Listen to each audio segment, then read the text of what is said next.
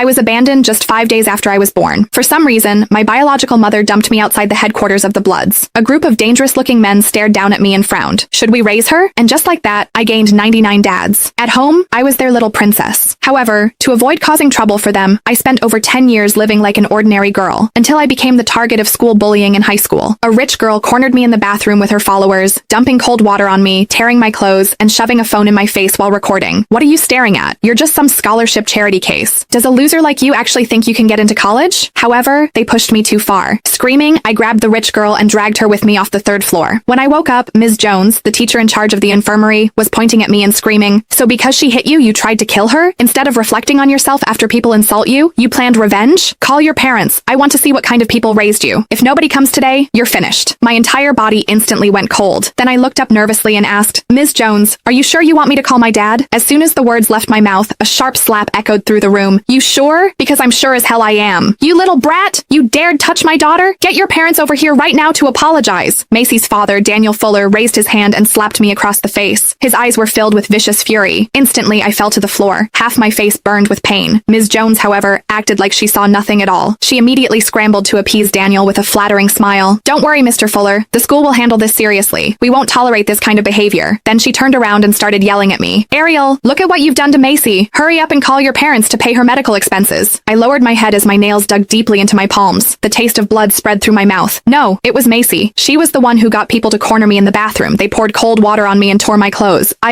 However, before I could finish speaking, Macy weakly started crying on the hospital bed. "Dad, she's lying. I was just passing by when Ariel suddenly went crazy and pushed me down the stairs. She's just jealous that our family is rich. She's hated me for a long time because she's poor. That's clearly—" I immediately tried to argue. Ms. Jones didn't give me any chance to speak, though. "Be quiet, Ariel. The facts are already clear. You deliberately injured another student." She dragged me straight out of the medical room. Then she roughly pulled out my phone and smacked it against my face. "I don't want to hear your excuses. Call your parents right now. Tell them to get over here and pay." At once, all kinds of teachers and students in the hallway turned to look at me, their eyes filled with curiosity and gloating. However, as I held the cold phone and looked at the crowded contact list, I still didn't dare make the call. After all, I had 99 dads. Dad number 1 was a mob boss. Dad number 3 smuggled weapons. Dad number 15 ran illegal loan operations. And dad number 78 owned underground casinos. Even though they always loved giving me black cards, patting my head and saying, "Ariel, behave. But if something happens, you call us immediately. Whoever dares touch even one finger of yours, I'll make their whole family disappear from this earth. That's right. Whoever dares make you suffer, I'll chop them apart myself." However, every single one of them was South City's most wanted criminal. A shiver instantly ran through my whole body. I recalled how they were always leaving early and coming home late, their bodies covered in bloody knife scars, shouting about running into cops again today. Thinking of how the news constantly showed criminals being arrested and thrown into prison,